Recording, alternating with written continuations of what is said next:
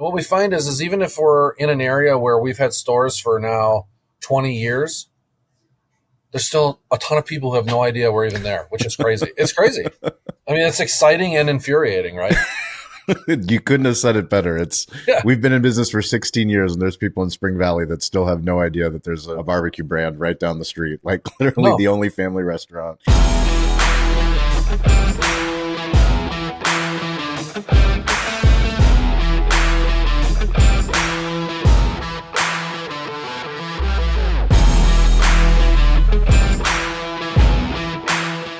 Welcome to Digital Hospitality. I'm your host, Sean Walchef. This is a Cali BBQ Media production.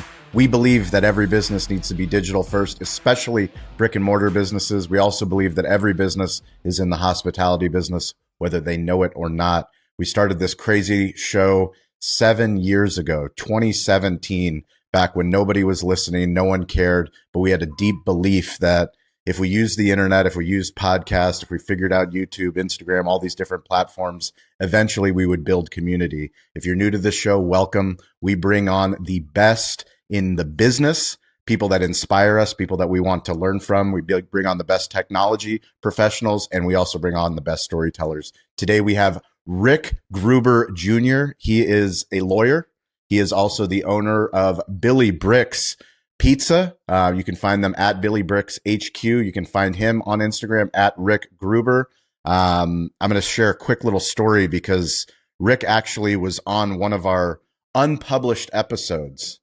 So if you're crazy enough to want to turn your restaurant into a media company like we did, we actually started a show for Yelp and we recorded 40 episodes to pitch them to do what we wanted was a daily podcast. We wanted to produce a daily podcast during the pandemic. Things didn't work out, but I interviewed Ric. We had a great conversation, and lo and behold, 4 years later, Ric was like, "Hey, I'm updating my website." He's got great personal branding. He wants to, repurpose the content, and he's like, "Sean, I can't find that episode that we did." And I'm like, "I can't find it either." And we realized that he was one of our special guests that. Well, those interviews will never hit the internet. Unfortunately, they're gone. But Ric, welcome back to the show. Hey, thanks for having me. Can you give us a quick elevator pitch? Who is Ric, and what's he building? Well, I'm an attorney by trade, I guess is what I earned all those letters, so I might as well own them. I have a marketing and art background as well, so I love the creative side of everything. And as an attorney, I mostly work with creators. But my family started a restaurant business, which this will be the 20th year. And I came in to do what I specialized after selling off my own company. And it turned into a whole lot more. And then as my parents are looking to retire, we've worked over the last 7 or 8 years to actually build a pretty strong and financially strong business here to keep growing and expanding. That now, as they're retiring, I've taken over fully. So I'm running a restaurant group, and that's been a lot of fun. We even launched an ice cream brand to go along with our mobile operation, and that's been integrated. So that brand is wholly ours and created by us. And we're looking to expand on that and sort of take those pieces inside of the Billy Bricks concept and then spin out those segments of our menu into some of them being their own thing. If you think about it like Yellowstone, right? Like Yellowstone's on TV. You get all these other platforms and shows that can spin off with different characters and different storylines. And that's how we kind of, or at least I view our restaurant and our menu. And so we're building from there. Can you share can you give me a story about failure? We love digging into failure because it's easy to talk about success, but tell me a story of something that you guys got wrong as a restaurant group. We got a bunch of those. How long do we have? Yeah, exactly. I think the good thing is when people ask me about that, one of the things is that it does take me a little bit to remember them, which is a good thing. It means we've learned from them, but I don't think about them very often. Yeah. you forget the lessons that you learned the hard way until it kind of comes back up or you're making your next decision. And there's oftentimes I'll be making that next decision and I don't even realize why I feel so strongly about that opinion. But then I'm like, oh wait, there's definitely learned experience or trauma in there from that. So I'm avoiding that with all costs. I'd say, one of the biggest things is when we first expanded, the internet and many things are not what they are today. The amount of information and tools, and there just wasn't access to as much stuff if you were seeking it to try to learn and better yourself as an operator. And there wasn't as much sharing with people like you and everybody else is kind of trying to out there building their own thing and building the same things all around the country. And I feel like I've learned a lot from that because I am very big at absorbing and taking in content and kind of filtering it out for what I'm trying to do. And I think I've learned so much on how to build the company that I wanted to build and not just operate the restaurant that I own. And that's the biggest thing I've learned was about building teams, sort of setting your goals and figuring out what is the business and company that I actually want to have, what role do I want to have in it, and then how to restructure things around that. So, we had some deals. The deals I would say we had in place with certain people or in good, sometimes good locations. We kind of gave up too much. Didn't have as much flexibility and as much decision-making power. And I think that's the biggest thing that I've learned. The mistakes that we've made is we have no debt as a company, which is awesome. Which is not always like, if you're scaling, you're going to start doing that. But you have to have ownership. You have to have control over it, at least in those early stages before you really want it to grow and you have something that you can, stand on. Otherwise, we probably would have lost a lot already. We've definitely closed some locations. We had gut instincts. I learned that. Trust my gut. I had feelings going in that certain things weren't going to work, and we said yes because of other people. I'm not doing that anymore. And we've learned to just, if something's working, to keep pushing that button, keep pushing it until it doesn't work anymore. Instead of investing in things that were the old things that worked, we invest in the new things that work now and work on that because the profitability of the company and cash flow is everything because that really helps us be comfortable, take care of our people, upgrade our spaces, upgrade everything, and continue to grow without having to explain that to banks and investors and all that type of stuff. So, that is cash is king, and we have to make sure that it's flowing freely. And I think the best way to do that is to double down on what's working and then be researching what is the next thing that's going to work as well. And that's basically been it. But we've definitely closed some locations, offsites, inside of other facilities. And now I think our mobile business has helped us learn so much about being on the go and doing more with less and having to be flexible that I think if we went back into facilities like arenas and stuff that we had done, we would crush it now. Yeah. We have a whole lot better handle on what to do, but we've had some that fell very, very flat. And, I take responsibility for most of that is just not knowing. What would you say if somebody was thinking about the mobile business, adding a food truck operation to their existing restaurant? What advice would you give them? Yeah, I see this as there's three ways that this gets done, right? There's mobile first that then gets into the brick and mortar space. Yep. There's brick and mortar that then add mobile. Yep. And then there's the people who try to do just one. Yep. I don't think it's an or question now. I think it's an and.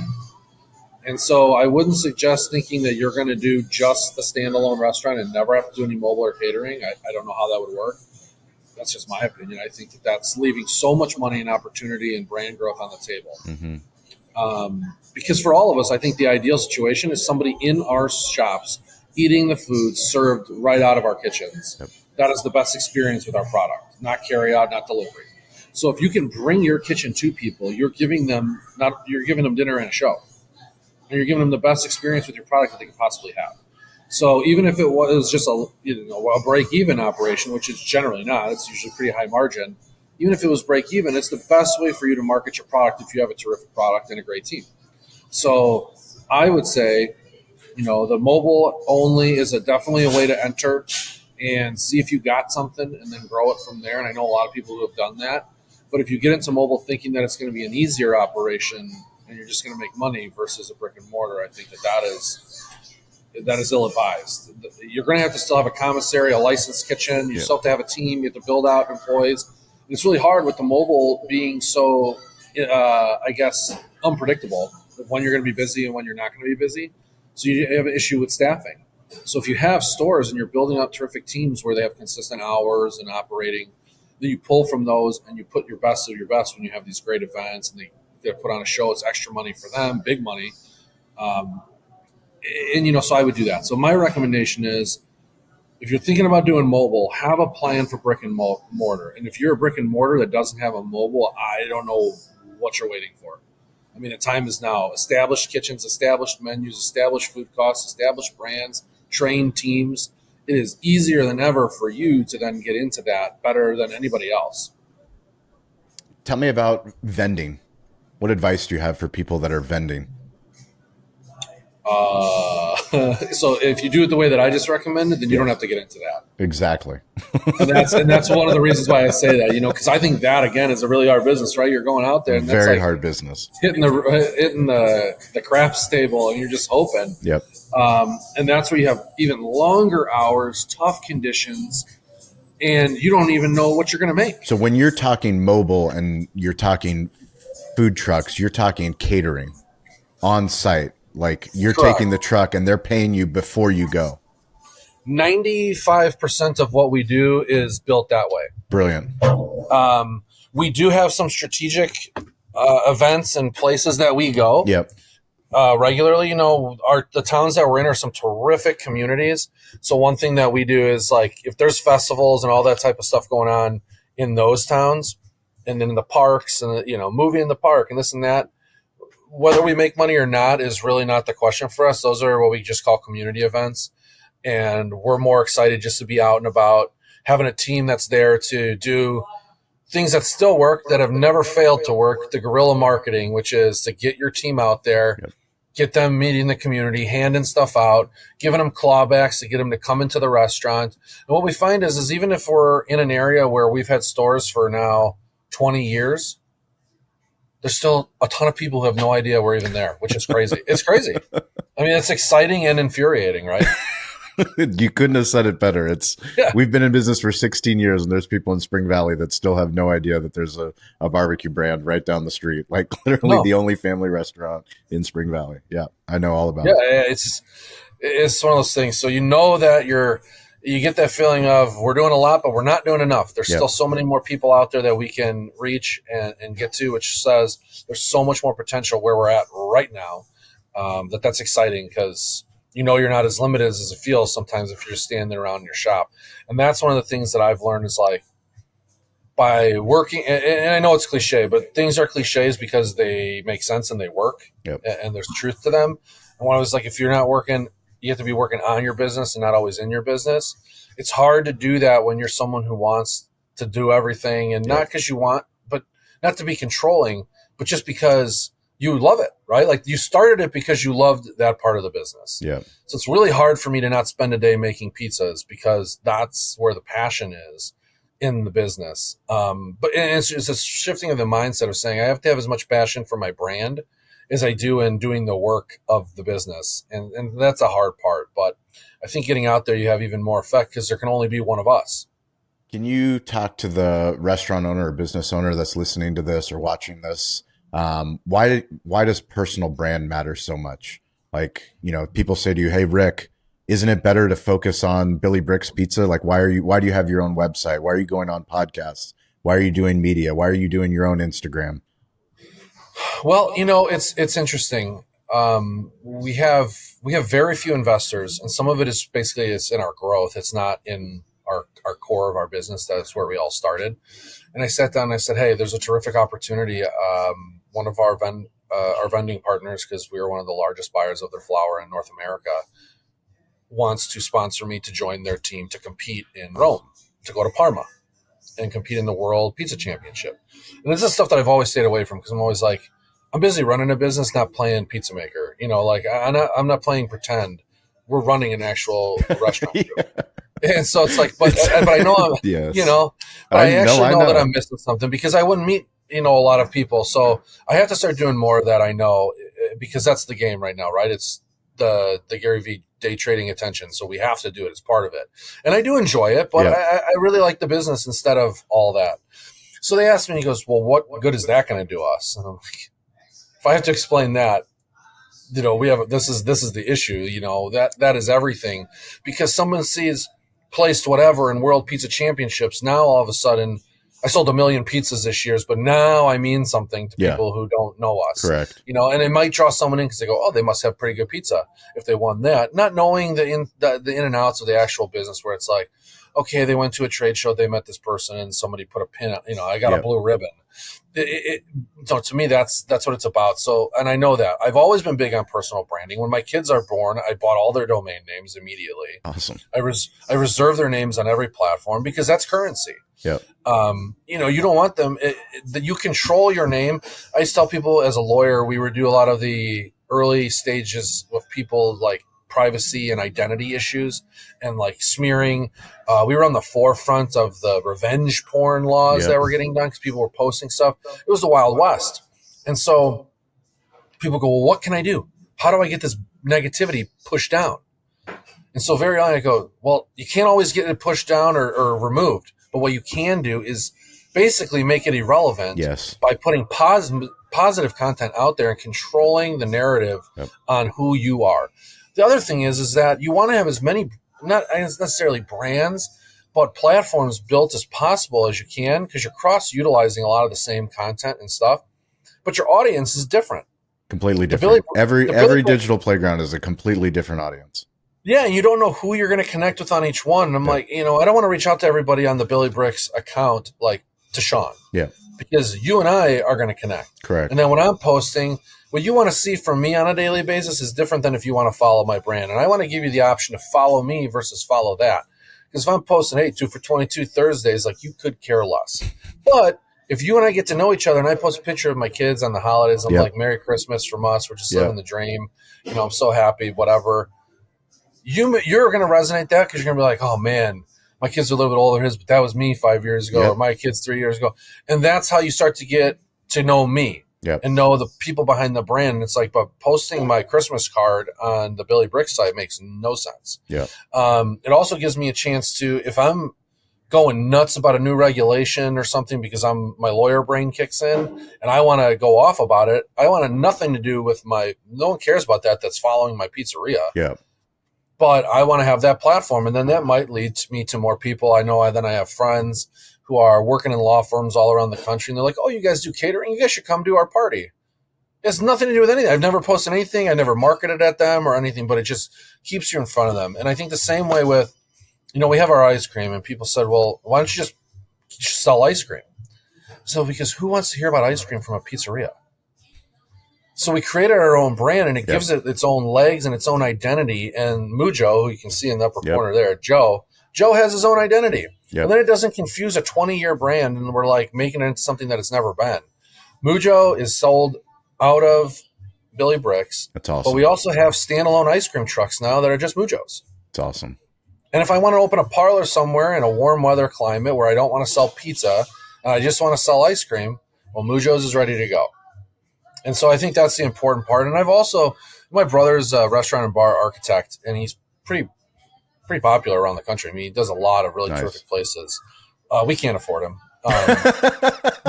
But he works. You can't trade him some ice cream and pizza? No. There's not enough ice cream and pizza to trade. No, I don't think so. And but he works with a great group. And one of their, they have celebrity chefs that are involved. Yeah. And he was like, I go, why are people giving this person X amount of equity in these restaurants if he wasn't involved in the first place? And he goes, oh, it's the Bump. I'm not going to say the name. He's like, the name Bump. Because every time he attaches himself to a restaurant, their sales go up by at least 15%. Yeah. So he has his own personal brand that he's built. And I feel the same way, whereas I don't want people getting confused of what Billy Bricks is. Yep. But if I one day want to open up a different style pizzeria, a different concept, a different restaurant, I need to bring some weight to my name as well and be able to do that separately. What if I sold this off and everything I ever had was in Billy Bricks and I'm like, oh my God, now I'm starting from zero again. Yep. Not just me, but the business and everything else. So I think it is important to grow those different channels. And, we just launched a reel series, which we're going to, cross utilize and purpose over to YouTube and then start playing around with the long form. What is the reel series? It's called Hitting the Bricks. Hitting the Bricks. Is it a YouTube show? Well, not yet. It needs to be YouTube first. That's my advice. YouTube's the hardest platform. I don't need to tell you. I'm telling you things that you already know, but like we have changed our entire strategy. Everything that we do is YouTube first, and everything that we're advising everybody, because build it on YouTube and then you can use it for everything else. I know. And what we started with was the easier way to go. Yep. We went with reels and stories on Facebook, and that's what we're doing, creating the reel series. And I think what these first, probably 10 episodes are going to teach us are what's working with people, what they're really, what they're digging, what's creating a lot of engagement, and how people are engaging with it and liking. And from there, we're really going to start building out the harder platform, which is YouTube, because it requires more work, frankly. It does. But I know that that's going to be the benefit to us. So we're going to repurpose the original ones into shorts, and then take all the content that we took and broke down into a minute, 30-second segments, build those out into 10, 15-minute episodes on there. And then what everyone likes there, and then what the audience seems to like over on YouTube, we're going to build it out from there, and then do a bunch of different series. Because, essentially all Hitting the Bricks was, I said, listen, let's do something that's fun. We're going to take our pizza trucks to other restaurants. I'm going to do there's going to be three main parts to this.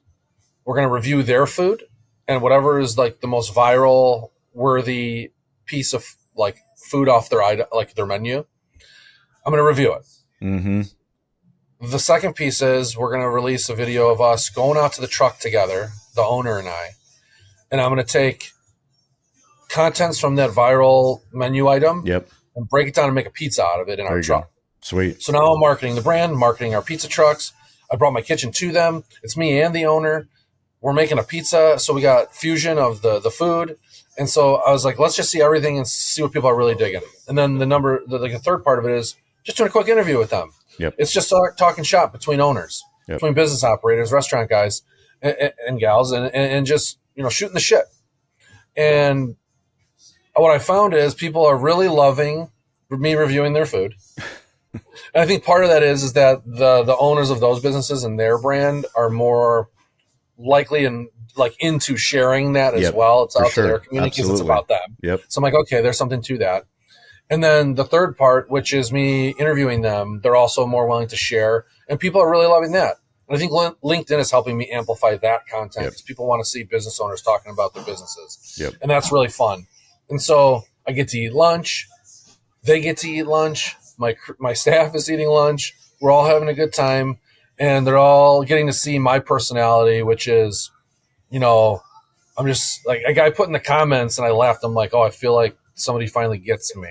He's like, what a classic Chicago guy, middle of winter, no jacket, eating a beef and an Italian ice outside, of course, and like cracking wise. And I was like, all right. I mean, I've got it. If that's coming through, people are seeing the real me, and kind of then the energy and the ideas behind this brand, and then you kind of know where stuff's coming from.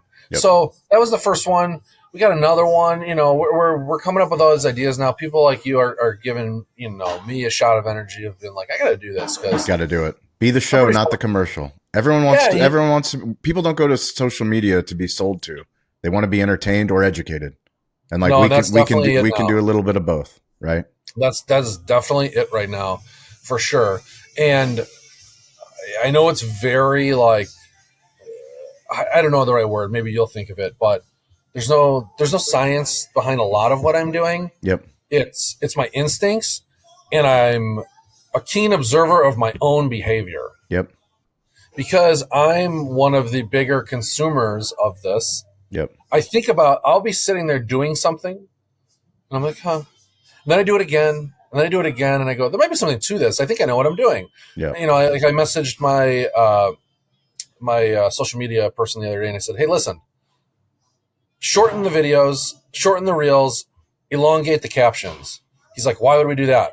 I said, because I find myself reading the captions when I'm interested. Yep. And that video, I think, just played 7 times before I finished it behind it. Yep. And I think that's driving up views. And he was, oh, that makes total sense. Like, listen, I'm sure there might be something to that. And then I see the performance on that and I go, okay. So I'm not overthinking it, Yep. but I'm just going, what am I doing as somebody who's constantly on these things and a consumer and an engager of content? Like, I just will watch my own behavior and go, there might be something to this because I'm doing this. And I ask other people the same thing. And I'll just watch them using apps. Yep. You know, family party, and I'll watch someone on their phone. Like, what's he doing over there? Like, what are you doing? Oh, I'm doing this on Twitter. What's that? Oh, I love these things, or I'm following this new section or the new feed or whatever.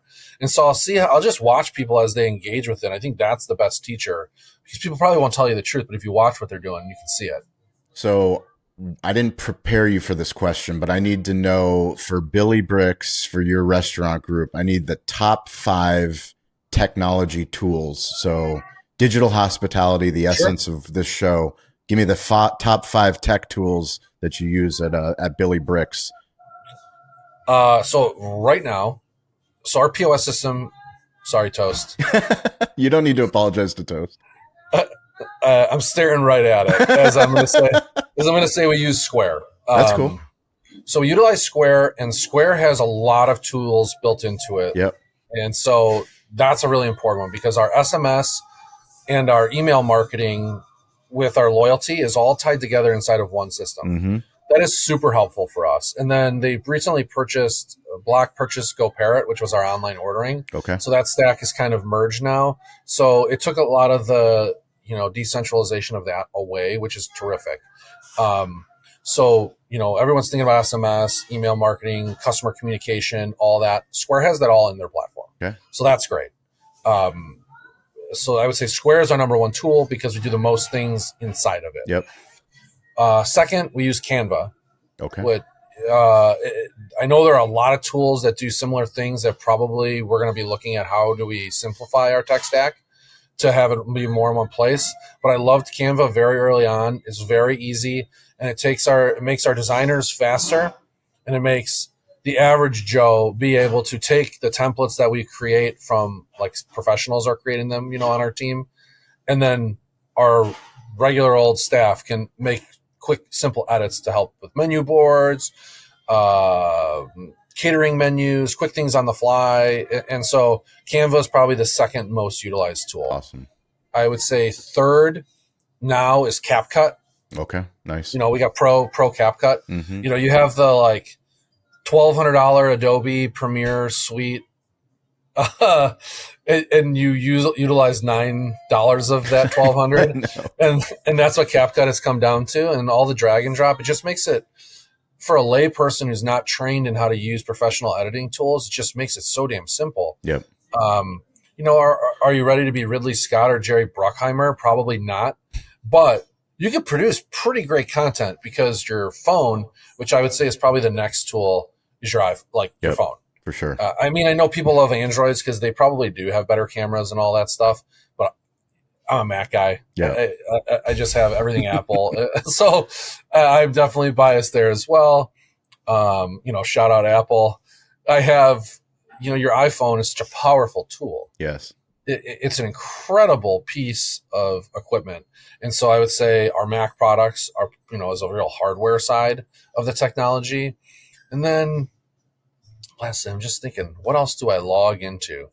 Scheduling platform? Scheduling, we use 7Shifts. Sweet. Yeah, 7Shifts, which obviously syncs with Square, which is nice. I know Square is building out their own scheduling software, but it's not as robust as 7Shifts. I hope one day that it is, because, again, I'd love to get even more inside of one place. But we use 7Shifts, and that's been a great tool for us, especially for onboarding and compliance. They have the check that you've received all these things. How are people's certifications? You can set all those reminders. So we pay for a higher tier in 7Shifts than probably what most people utilize. But with the amount of people that we have, it's just too hard to stay on top of all that unless you have it centralized in one location. So 7Shifts, I would say, is probably the other most important tool. That's awesome. Well, if you guys are watching the show, if you're listening, we do a live show every Wednesday, every Friday, 10 a.m. Pacific time, 1 p.m. Eastern time, 6 p.m. London time. It's called Rising Tide Live. We are live on YouTube. We're live on LinkedIn, live on Facebook. You can go to betheshow.media/rising tide if you want to be a guest on the show. We have a community of restaurant owners, of hospitality professionals, salespeople, branding people, technology people. We believe a rising tide lifts all ships, and we do different topics every week. So this is the call to action. This is a chance for you, the listener, to come on the show. Billy Bricks Pizza. We're going to put links for Rick. We're going to put links for Billy Bricks. What's your favorite platform? Where's the best place for people to connect with you? We are probably most we're on all platforms, but the one that we're most engaging on, especially in like comments, is the Meta products. So Instagram, we're the fastest. Facebook, probably second. Sweet. I got to figure out how Twitter works again. I know. Make sure Twitter, Blue Sky, Threads. Well, I mean, with the forthcoming TikTok ban, I'm like, great. Now we can spend more time on Twitter. Yeah, exactly. We'll see. I mean, that another reason why we believe so deeply in YouTube. As difficult as it is, we're encouraging all creators of all walks of life, ourselves included. And I'm talking to myself when I'm saying that. No, it's totally true. And I think with YouTube TV now, you have the chance to be running free. It's the most popular TV in the world. And YouTube. You're right alongside them for free. It's crazy. Like you can have your own show right now. So my dad, Billy, who is the founder, who's down in Florida now, what I would love is that one day we're going to have a YouTube TV channel, which we will. Yes. And because he uses YouTube TV, he's streaming, he's awesome. Cutting edge in his house. He's cut all cords. I love it. He's going to be down there doing that. And somehow he's going to have like a Billy Brick show show up on his TV, and he's going to be absolutely dumbfounded. Let's make that happen. I can't wait to see that. That's the goal for sure. Awesome. Well, Rick, we appreciate it. If you guys want to get in touch with me, I'm weirdly available at Sean P. Walchef. Instagram, Facebook, LinkedIn, all the platforms. We appreciate you guys for watching the show. As always, stay curious, get involved, and don't be afraid to ask for help. We'll catch you guys next show. All right, thanks.